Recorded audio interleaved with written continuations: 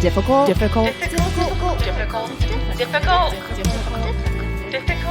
Women. What's up, girl? I mean, what is up? Nope, nothing. Oh, Work. A lot of working. well, what's up with your name? Oh, my name is Katy. I was like, what is up with my name? What's your name? I'm Marie. That's Katy. And this is the Difficult Women podcast. I forgot we had to introduce ourselves. My God. So that was a weird phrase. I was like, what's up did I with get your married? name? I felt like you were like, did I get married and I forgot? Like, when I changed my name? I don't remember. Did I ever tell you that my favorite name as a kid was Catherine, and I'd go by Kat, and I was obsessed. Really? Yeah. So when we met, and you were did like, tell me that. I'm Katy, and then Catherine, I was like, oh my God, did I manifest this soulmate in my life when You did. for years was like, don't call me Marie, call me Catherine. Oh my God, yes, you did. There you go. Fun story. I was like, call me Frances. That was the name I liked. No, are you kidding? No, I loved the name Fran. Frances. Jesus. Fran. I don't know. That explains a lot, actually. I know, it's that really really- on brand. Yep. Well, yeah. So I wanted to tell you, I went to a concert. I know. I can't wait to hear about it. I mean, there was 2,300 people. I don't know. The Ryman holds. So I went to the Miley Cyrus free vaccination concert. It was a secret show, although it was on Twitter and the Tennessean. So I don't know how secret it was. But my sister got us tickets because I berated her with text messages. Because I wasn't home when it was announced, and I was like, Rachel. I was wondering why are you forcing her to get? I know, because she has social anxiety and did not want to go, but she was the one that was home and got the tickets. And it was like so many hoops to get the tickets because you had to upload your vaccination card and all this sort of stuff. So anyway, we waited in line because also they oversold the tickets because it was a television. It was taped for Peacock, NBC streaming network or service. So some or people whatever. didn't get in? Oh, yeah. Like 1,000 probably didn't get in. Oh, my which was God. sad. That makes me, I hate that. I I don't know. like that. But it was kind of a great lesson, I But think, you got for it. my – yes. I think it was a cool lesson for my sister, though, because when we walked up, there was like a line of 1,000 people.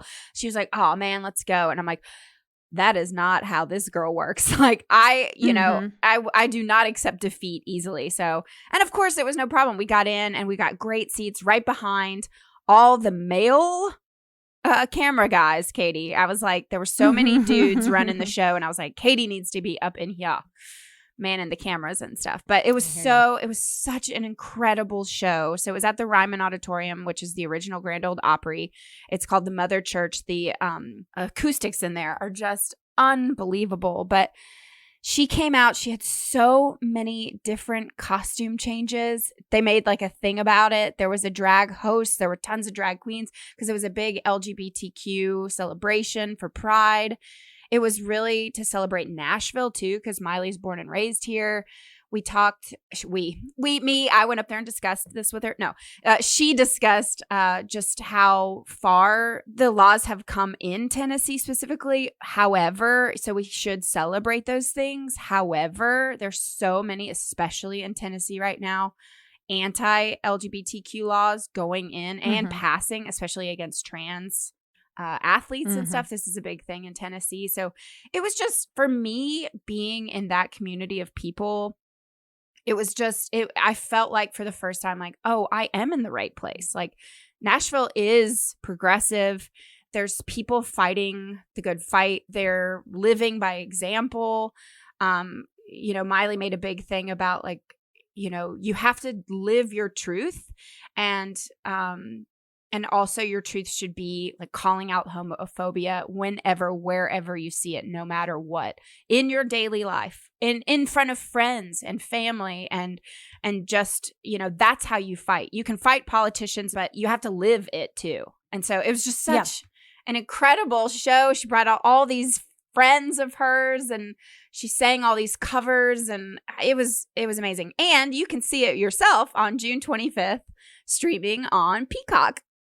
And so I'm so curious to see how they edit it together because it was just so great. But yeah, That's so cool. we did have to wear masks, and our masks were rainbow colored. And so I did post the picture, and some people were like, why, if you're vaccinated, do you have to wear a mask? It's like, you know what? Queen fucking Miley told us to wear a mask, and that is why I'm going to wear a mask. Like, it is up to the individual, you know, the small business I'm walking into. It is up to the performer I'm going to be around. Like, whoever, you know, whatever they want to do, and I get to profit from it, I will do whatever. And also, keep people safe. Keep reminding people. I just want to keep reminding people that just because you're vaccinated doesn't mean you're not going to get the coronavirus. Right. It's really important. And like, so this whole idea that it's like you're vaccinated and it's like magic, it's not, it's just like, it's science, and it really protects you to a high degree, but it's not 100%. Right.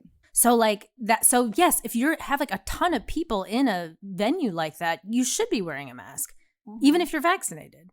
Because it's not 100%. And there's a variant going around that's coming out of India because we haven't been supportive of their vaccination process as much as we should. We're starting to be more. But there's a variant. It's hit the UK really hard now. So a lot of people are getting sick again in the UK. And it's coming. It's here in the United States. So like, you guys, like. And it's especially hitting young people, which is terrifying. Yeah, because they're not getting vaccinated. Right. And the thing too is it's like, sorry to be like the downer and all this, but it's just, I just want to keep reiterating that, like, you know, if you're with a small group of friends and you know each other and it's a small, you know what I mean? And especially if it's outdoors, okay, like it's fine. But if you're in a really big crowded indoor area, you're better off wearing a mask. And if you choose not to, okay. But if somebody is wearing one, shut the fuck up. Right.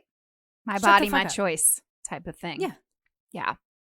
So, I mean, and also we've talked about this. It's not totally your body, your choice, because you're also affecting other people. But if I want to wear a mask, let me wear a fucking mask. Right. Yeah. Right. Anyway, sorry. But the Miley thing sounds fun. Oh, it's so great. I mean, it was just the first concert in what felt like forever. I mean, it was forever. Yes. A year and a half, she said.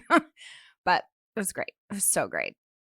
It made me really love Nashville. So that's cool. That's really great. Yeah. Yeah. So that's great. And as you should. I mean, there's some really amazing things happening. And part of it too is just finding your people and finding the new people that you want to be with. You know what I mean? And learn from and hang out with. And I don't know. It's exciting.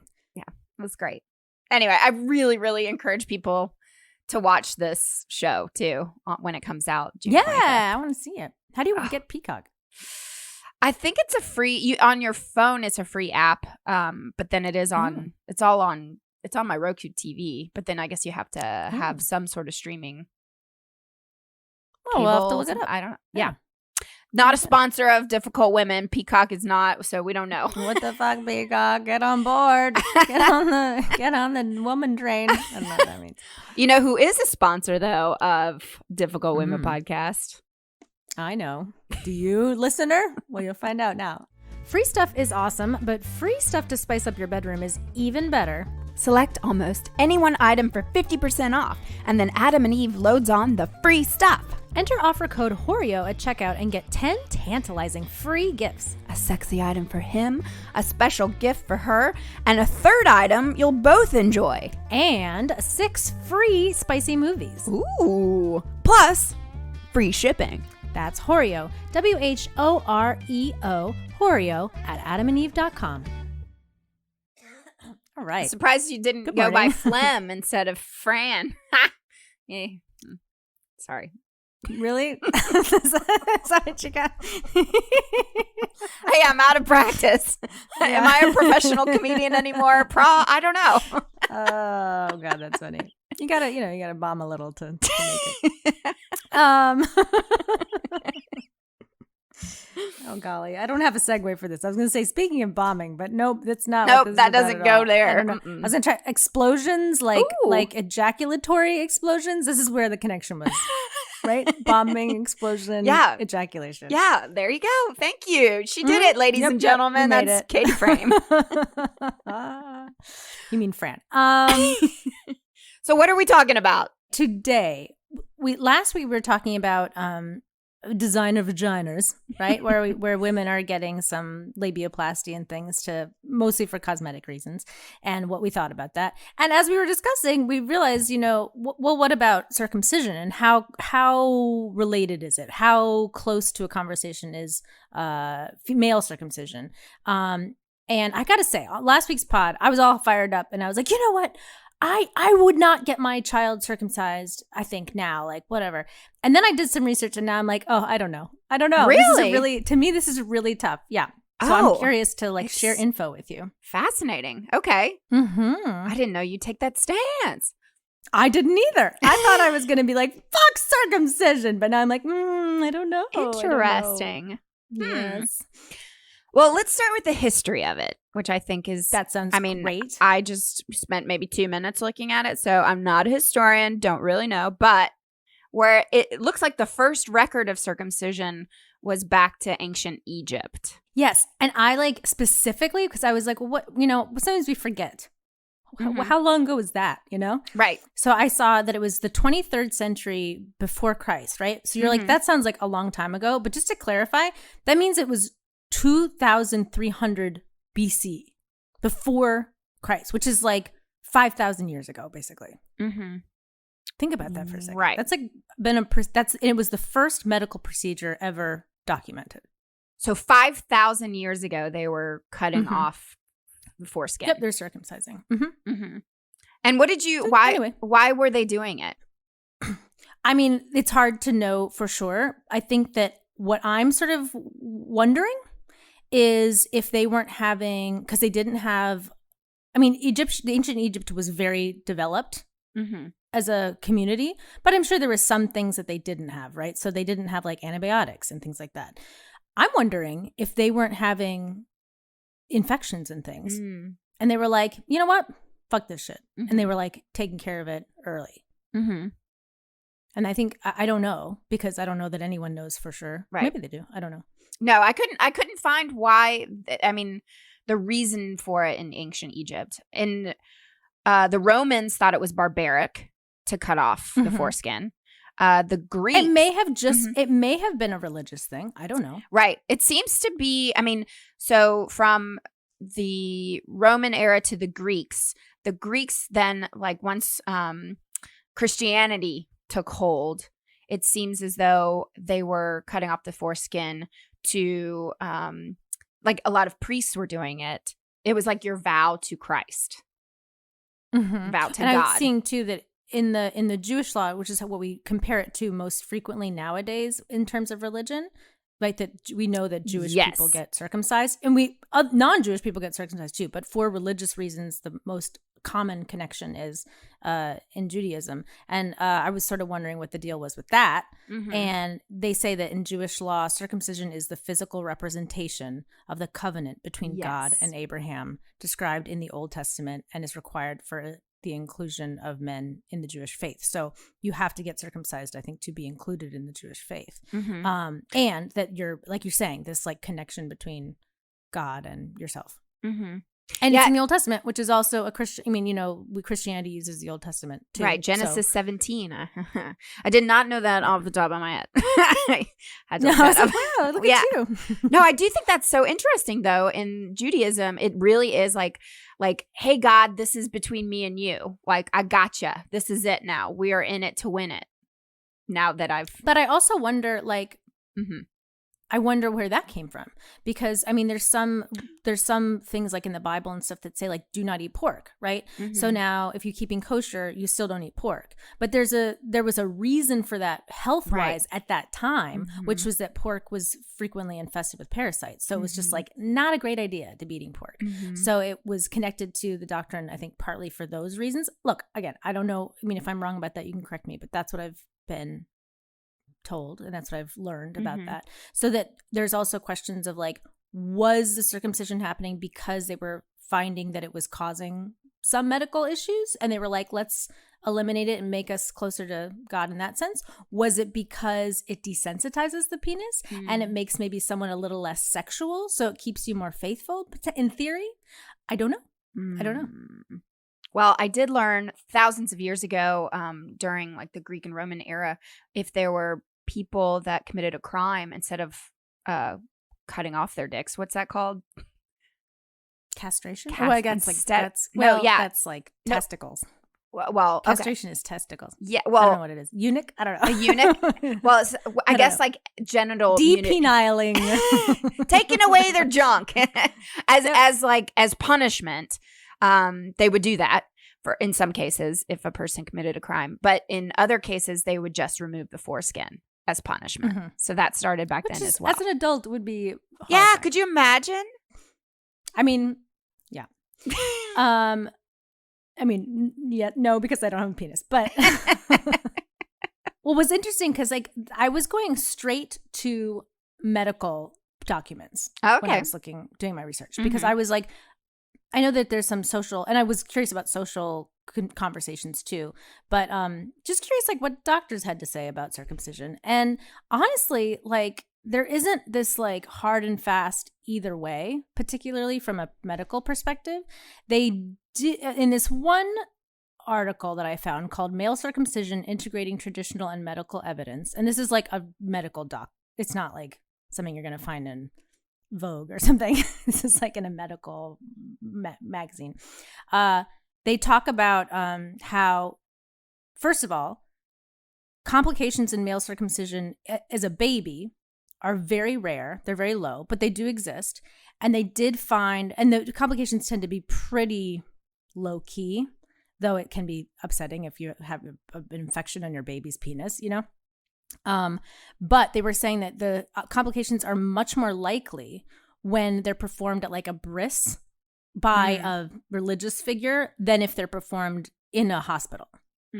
So like the infections and the urinary tract infections and things that can come from getting a circumcision are like tenfold higher if you get them done like in, at a catered event like we were talking about, which is not that surprising, I guess. Well, I was listening to the circumcision podcast and they actually said something different. They said 11.5% of circumcisions in hospitals are result in some sort of problem, some sort of like deformity or some sort of malfunction. See, this is where I don't know, right? Right. This is where I don't know. Because I think, how are we gauging what the issue is? A deformity is also different than an infection.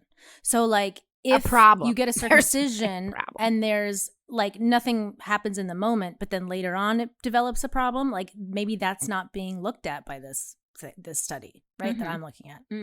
So I don't know. Like this is where I just don't know. But they were saying that like at the end of the day, did they say anything about though? I will say like, let's say you're a mother or a father and you're debating like, am I going to get my child circumcised? First of all, it seems like getting it done in a dining hall is probably not the better way to do it, even though that's the traditional Jewish way to do it. So then I don't know if you're Jewish and you're like, well, wait a minute, I don't know,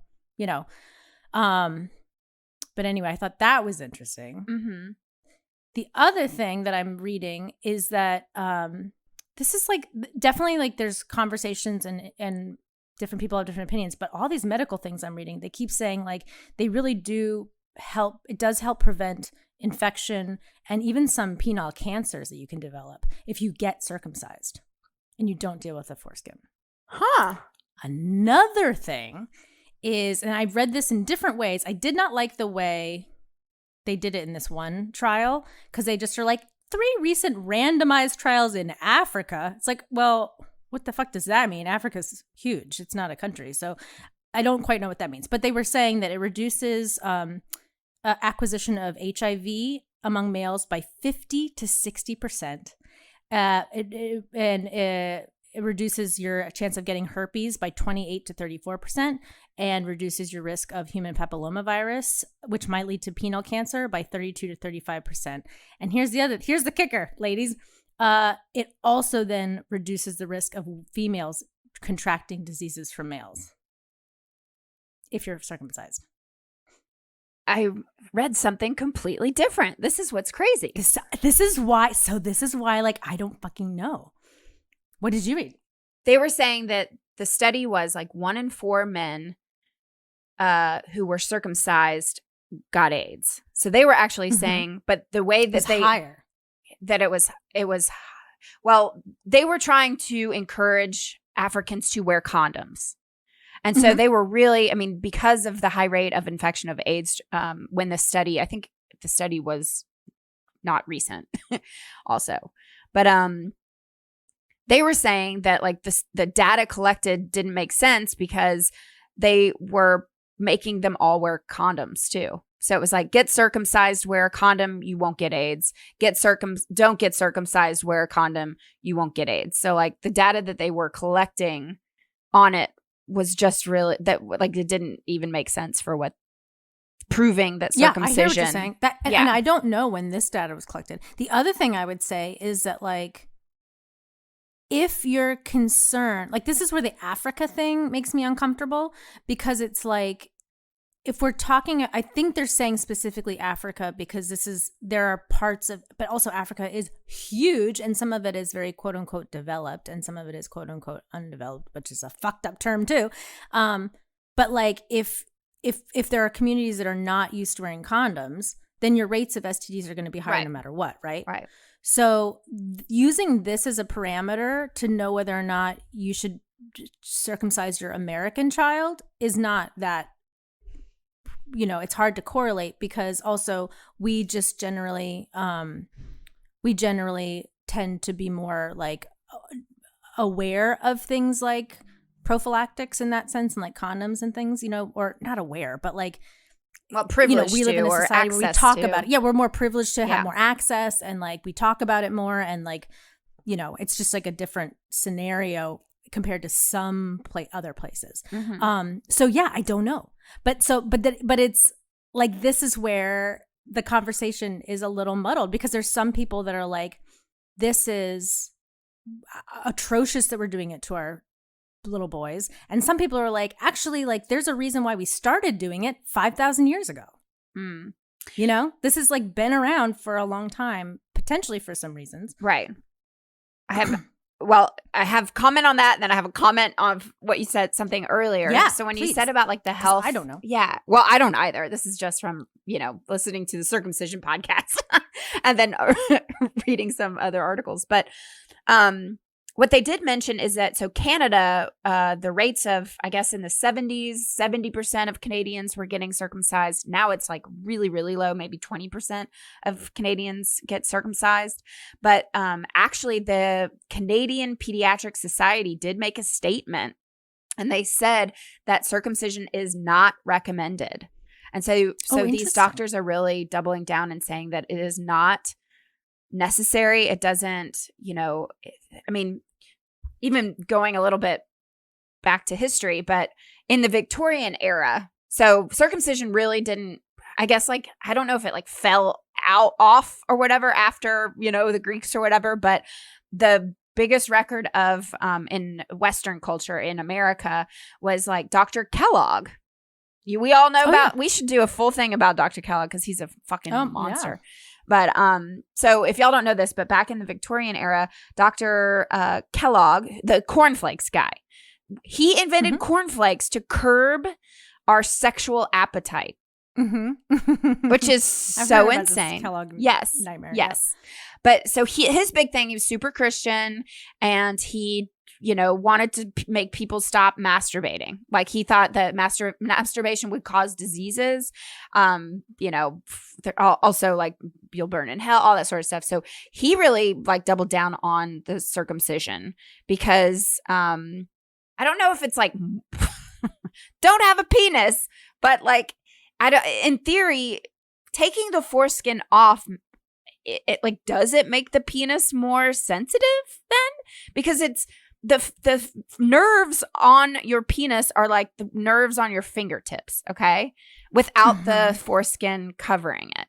So in theory, you would, in my brain, and I'm not a doctor, but like removing the foreskin, like would that really, is it meant because then it makes touching your penis hurt? Or like, is it more sensitive or? Well, I don't know. I love that you asked. Okay. I watched a video about a 35-year-old man who got a circumcision. And then he documented the whole thing. So this is when, because as I was looking, I was like, first I was like, oh, maybe like, you know, and I really don't know what to make of all the medical stuff that I found. You know, it's like I'm just, and I don't know if it's like they're just trying to push circumcision, so like they're bombarding you with reasons why you should get it. But yet every time I look at something medical, and again, I don't know what to trust and what not to. There does seem to be, there are higher rates of STDs and things like that in uncircumcised penis, even in the United States to some degree. But the question is, how much? But why? Yes, but why? This is where I don't understand. Well, I think this is where I don't 100% understand. But one of the things that this is what was so interesting about this guy's experience, because he as an adult can then compare, right? Mm-hmm. So he didn't go into all of that stuff, but his issue was this. First of all, did you know, I did not know this, and not to scare anybody with foreskin, but as you age, the foreskin starts to weaken. And as it weakens, it starts to become more prone to injury. So it can get like ripped and cut and have like whatever, and then it can scar. And then once it starts to scar, it starts to tighten. And when it tightens, it's like restricting, it's like very uncomfortable, right? And the more it tightens, it's like a loop of disaster, because it tightens, but the skin is still deteriorating more and more. It's getting like weaker and weaker. And then as it gets weaker, it gets like, you know, it starts to have more cuts and things. And the more it has cuts, the more it scars, and the more it scars, the more it tightens, and the more it tightens, the more it weakens, and the more it weakens, and the more it scars. So it just is like this thing that once, if you get kind of on that path, unfortunately, for some people, not everybody, this is not something that happens to everybody, but this guy, for random reasons, his started becoming a problem. So his having sex was painful because of his foreskin, and masturbating was painful because of his foreskin, and he was like, just like his quality of life was just terrible. So he debated for years, like he was trying to put up with this for years, like, do I do this as for a medical reason to get it removed? Finally, it was like he was like, the thing was like, the act of sex in the moment was pleasurable, but then it was like the recovery period was just getting worse and worse and worse. And it was like having 1,000 paper cuts on the tip of your dick, which just sounds like a song we'd write. I mean, 1,000 paper cuts. That's what I would wish on my worst enemy. Maybe that's our Donald Trump song. Anyway, but so he like really didn't necessarily want to get a circumcision by any means. Then he went through the whole thing. I saw pictures. It was just, it's rough. And especially as an adult, like I think that he definitely had some pretty, not serious side effects, but his stitches got a little loose and some not good things were going on. But he took care of it, whatever. So then he's now foreskin free. And he was like, honestly, like the quality of my life is better overall because he's not having to deal with this specific foreskin problem. But he was like, but I've lost maybe 50% of my sensitivity. Yeah. And I was sort of like, and he was trying to explain, because again, I don't have a dick and I don't have an uncircumcised or a circumcised dick. So I was like, I don't really get like why, because exactly what you said about like, but when you expose it, that's the sensitive part. So shouldn't that be the thing? And he was sort of saying that too. It's like, on the one hand, sometimes when adults get circumcised, there can be like discomfort or like with rubbing in their underpants because it is so exposed. He's like, but the thing is, that's a bad sensitivity. The thing that you're missing if you don't have a foreskin is that it's not just skin. It's a whole area of nerve endings and glands. So you're removing a whole portion of nerve endings. So here's a person that like can compare, right? This is what it was like for me when I had my foreskin, and I had amazing sensitivity. And when I was removed, I lost that sensitivity. And then he said, this is what was, so I was like, oh my God, no to circumcision, except there can be problems with your foreskin. That's why infections happen. And that's why, because it's a gland and like shit happens, you know, like sometimes you have to get your gotta wash your thyroid taken out. Yeah. No, but sometimes, I mean, you know, we have glandular problems in lots of ways. So like, that's one of the reasons why I think that it does cause problems, just because like your thyroid causes problems in a similar way. It can cause like more penile cancer because it's a gland, and like thyroid cancer is a thing, right? So in the act of removing it, then you don't have to deal with it. It's like if we were born and they took out our thyroid, which would be a terrible idea. But like, you know, but then you also wonder, how much is it affecting other parts of your body? I don't know. But the bottom line was, what was fascinating to me was he did say, look, he's like, I had to get it because I was just dying in pain all the time. And it was just, I couldn't live my life like that. He's like, but if I hadn't had a medical situation, I would not recommend getting a circumcision as an adult. Like, he's like, I really don't. He's like, but he's like, the thing that's complicated for him too, he was like, if you've been circumcised as a baby, you don't know the difference. He's like, the only thing I lost was the sexual sensitivity, or at least so far in 2 years since getting it. But that's a big deal. It's not like that's a huge deal to lose your sensitivity. And he's like, I'm sorry, it's my new normal. I'm having to deal with it.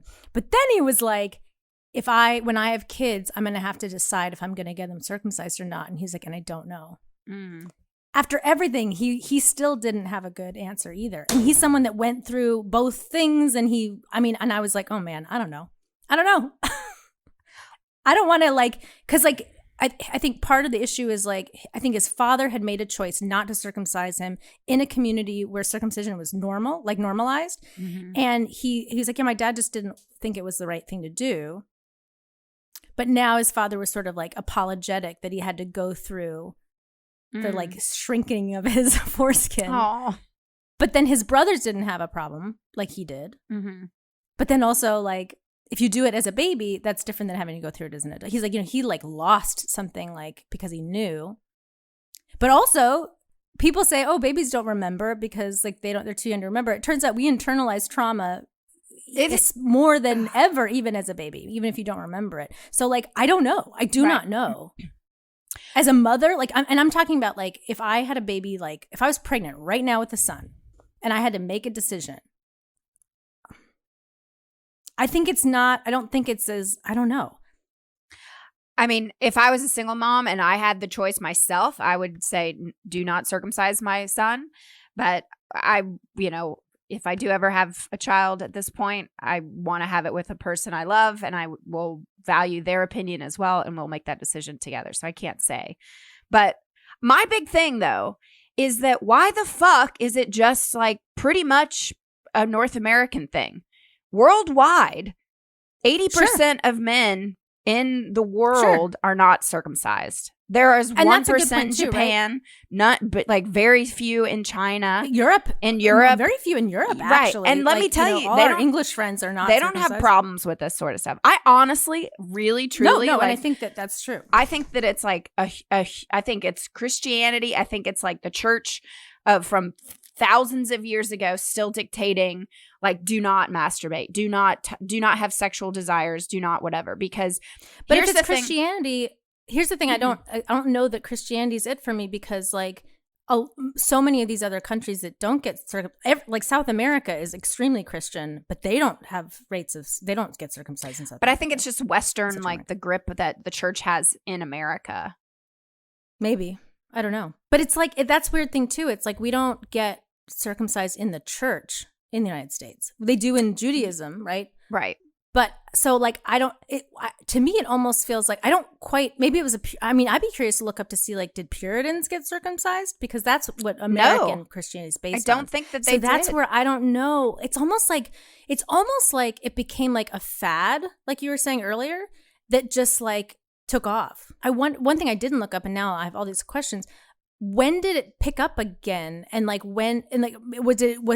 started in the 1800s and that was it? And then since then it's been it took another big in the 70s and 80s here in America. So that's the thing I wonder. That to me sounds like a fad. That to me sounds like something happened.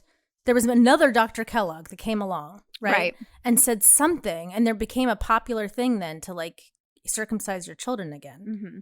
So I don't know. I think the bigger thing is, yes, most people on the planet are uncircumcised, I would say, right? Because I think that's true. So why, if it ain't broke, don't fix it. Right. Well, this doctor I watched on YouTube explained evolution.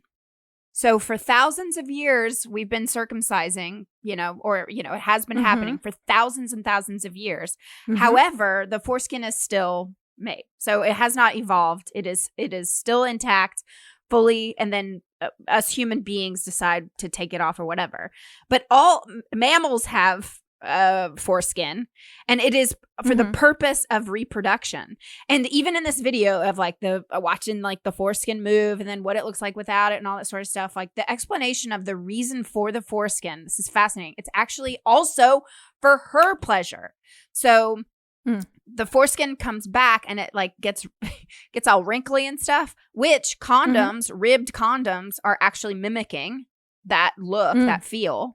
So, and also the foreskin then locks in when having heterosexual sex with a penis and a vagina.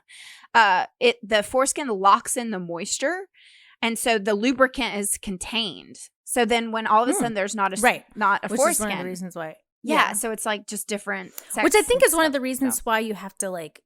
Because that was another thing that the guy said after he got the circumcision. He was like, it's much easier to take care of, because I think that that's one thing too. Yeah, that, like, sure. But it's also not a big deal. Look at our. I mean, we take it. Women do stuff every day to take care of themselves. So it's not like it's hard to do that. But that makes sense too, that like, I think just in terms of when, I'm not saying that this is right or wrong or true or not true. I really don't know. But when people are talking about infections and like, let's say the rate of infection is higher with an uncircumcised penis, that's probably why, because it's just like, you have to make sure it's clean and there's little other things that pop up.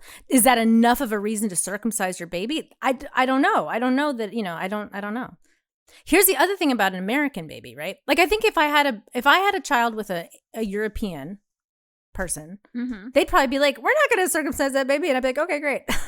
But if you have a baby with an American in America, it's going to be a different conversation depending on who you're with. Because another thing that I found was that amongst Americans, very few Americans polled in the study wish that they had not been circumcised. And I think that comes from this sense of like, everybody's doing it, so I don't want to be the person that's different. And that was, I read just a bloggy post about like a family who was deciding whether to circumcise their sons or not, and they ended up deciding to do it because the dad was like, I don't want him to be bullied. I don't want him to look different. I don't want his penis to look different than my penis, because that's feels weird. Are these good reasons? I'm not saying they're good reasons. I'm not saying they're bad reasons. I'm just saying these are the reasons why people choose these things. I thought that was interesting too. I also, in this little poll that I was reading, they said that most Americans are kind of like, yeah, let's like do it and let's get it done. But the younger generations are now starting to question like whether it's important enough to do it, because it's, we don't know. It is so traumatic. On this circumcision podcast, they were talking about nurses, their experience. They, when a baby boy is born, they take the baby, as soon as it's born almost, and take it, and they like, it's like a freaking factory. They're going in there chopping them off, and the nurses can just hear the baby screaming. So it's like their first, couple hours on Earth is just this traumatic. Sure. And we don't know what that does to like you psychologically, really. The other thing is that that it's worth noting that like this one mother was talking about her experience with, she had these two nurses that came up to her. One of them, a younger nurse, said, just make sure like every time, like to pull back pull back any extra leftover skin after the circumcision, and just like steer clear of the wound part for a little while when you're changing the diaper. Otherwise the skin that is there will start sticking to the front part, and then that becomes like a whole other problem. And then this other nurse came up who's older and said, no. Don't touch it. Don't mess with it. It's totally fine. Leave it alone. So then she believed the older nurse because she had been around longer. And she was like, that nurse was wrong, because like shortly after that, her baby's penis was like, the skin was starting to stick to the front part, because it's like starts, it's like trying to heal, and it's, bloody and all this shit. So she was saying ultimately that she'd wished that she had not gotten her babies circumcised because she didn't like seeing blood in their diapers. I mean, there was things like that, and they didn't have any religious reason to do it. So it wasn't like, I think that the thing is, I think I'm a little wary, because I thought I was going to be on the side of like, fuck this is the worst thing ever.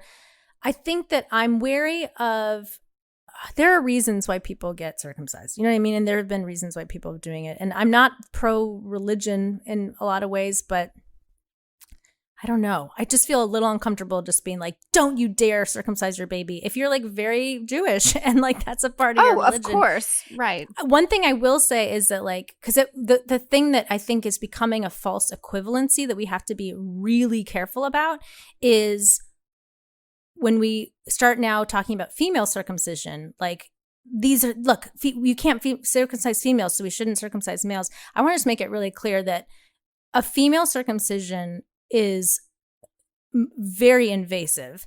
There is no benefit. There's no medical benefit in the long run. There's nothing good that comes from it. It happens to not newborn babies. It happens to girls sometimes at 15. The reasons for it are explicitly so that women don't cheat and don't go out and do promiscuous things. So it's just like, I just want to make sure that when we're having those conversations, we're not conflating a penile circumcision with a vaginal circumcision, because that word it's a misnomer for the women, right? Where that's not the same thing. Now, should we is it something worth talking about because we're doing something to a baby without their consent prior, you know what I mean? And those conversations, yes, absolutely. But I think that I've been hearing things about like it's the same thing, and it's just not the same thing. Those women, some of them die from it, which doesn't happen in male circumcision. It's like debilitating for almost every woman that gets it. Oh, sorry, I got a package. It's a hot topic. This one YouTube video I saw, this guy was like, if you want to clear a cocktail party, just bring up circumcision. It's like, Jesus. Because everybody does have an opinion, and it doesn't seem like, I mean, I don't know. I guess my opinion is that I'm not sure yet. That's where I land personally. I think I'm back to where I was. I mentioned this in the pod last week, but I'm back to where I was, where I'd be like, I don't know. I need to defer a little bit to my husband on this. I would want to be participating in the conversation, but you're not just like whatever you think. But I think that I'd want to have more of a conversation with men that I know before I do it. Right. As opposed to me as a woman just deciding that I know better because I listened to a podcast or I read a medical journal. It's more like if I was a single mother, I would 100% be taking a poll.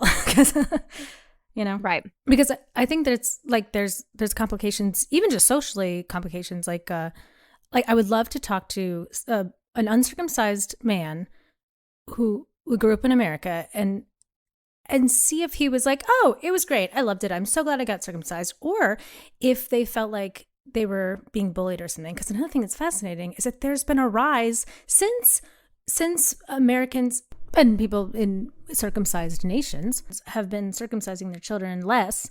Now there's been a rise in adult circumcision because why is that happening? So that's where I'm just like, I don't know.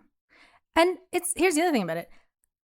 It's a huge decision. Well, that's just the unfortunate part is that the person who it affects doesn't have a voice in it. That's like the most fucked up thing about it. But I mean, it's awful. Yeah. I mean, I really personally, I would not make my child, but I really respect my future partner's decision, and like together we would make it. But I feel like I would absolutely not circumcise my baby. Well, let me clarify. I'm not saying that I would. Right. I'm saying that I don't know. I don't even have a baby to worry about right now. And I think that I feel paralyzed with that choice. Mm-hmm. Because even hearing that there are adult men that are getting circumcised, adult men that don't need it medically.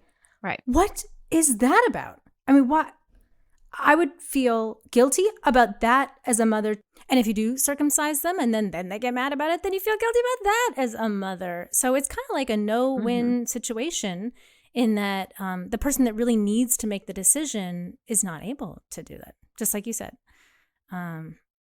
because it's Right. not something that like if you're gonna do it, like you can't just be like, oh, I won't get it done, and then if he wants to get circumcised down the line, he can, because it's not really it's not one of those choices that can work like that. The risk of side effects, really bad side effects, it's much higher when you're an adult man, Right. and it's not really when you're like a baby if you're in a hospital. So, but I don't know. Yeah, so I thought I was gonna come in here guns a-blazing like fuck circumcision, but now I'm like I don't know. You want to know the first uncircumcised penis I ever saw? Do I? I don't know. Which was the first one? Is this horse? Well, they're all uncircumcised.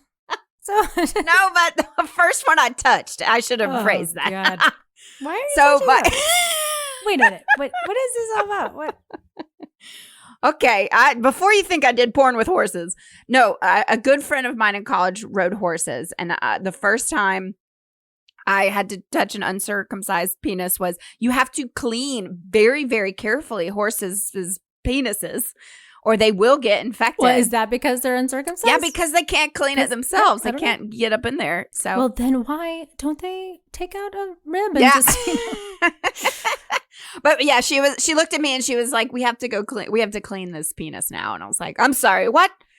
I'm not touching a horse dick. 10 minutes later, just cleaning a horse dick. It's just part of. Yeah, you just gotta do what you gotta do. Yep. It's part of farming. Yep. God. But, and I do want to say that I know I've been talking about a lot about like infections and stuff, but I want to clarify that I don't think that necessarily that it's unhygienic to have a foreskin. Look, if the rates of infection are a little bit higher, doesn't mean that you're not cleaning your dick well necessarily. It's just various reasons why that might be the case. But in women, have infections in their vaginas all the time doesn't mean they're not cleaning themselves well. Just pH and little bacterias and little things get in there. So I just wanted to clarify that I'm not shaming anyone for having a foreskin, and I'm not shaming you for having one. I'm not shaming you for not. All dicks are beautiful.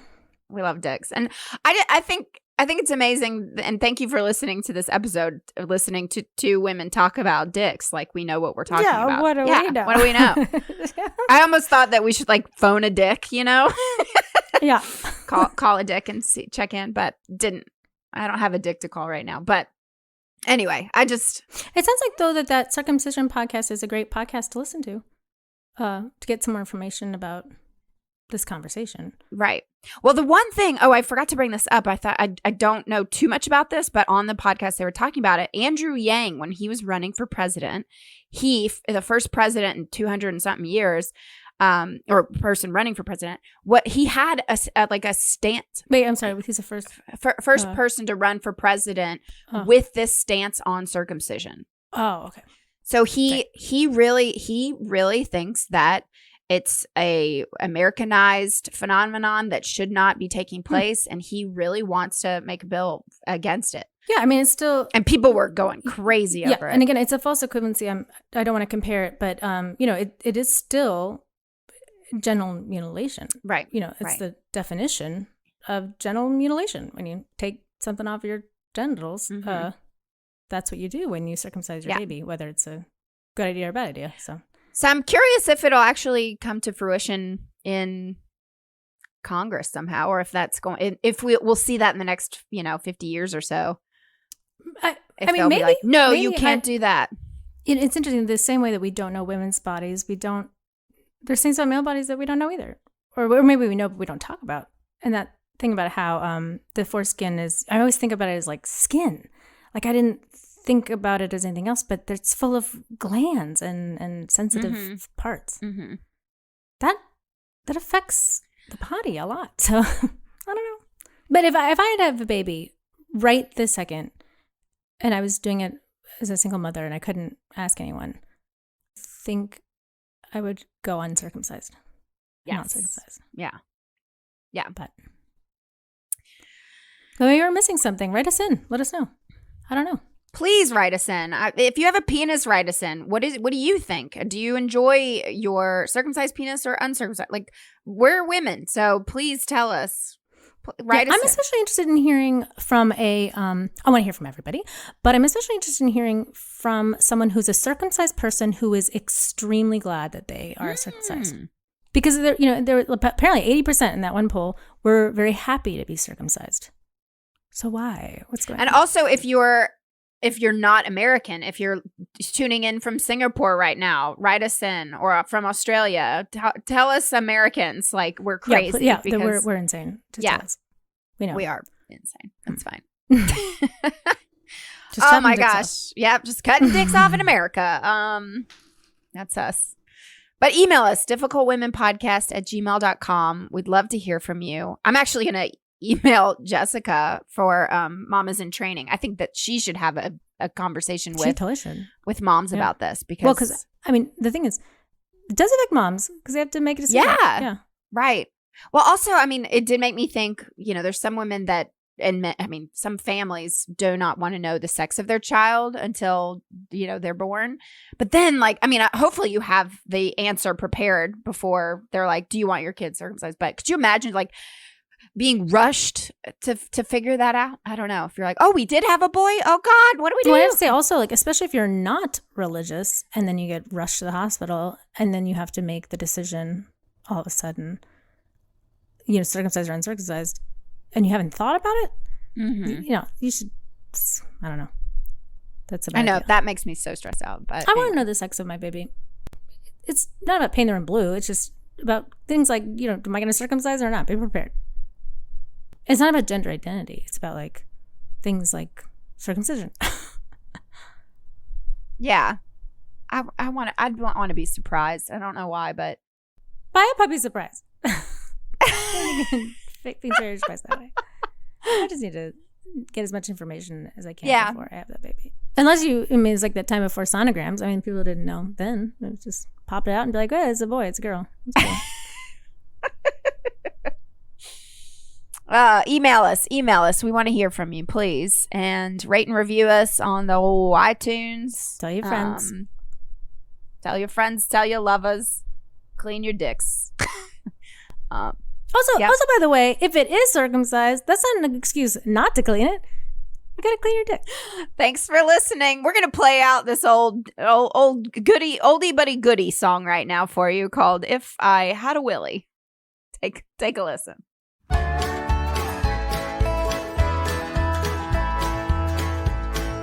When we were young, we learned two things: girls had beans and boys ding-a-lings. Yes, Freud is right about penis envy. I wish you could take yours off and lend it to me, 'cause if I had a willy for just a day, I'd be standing up and spray all over the place.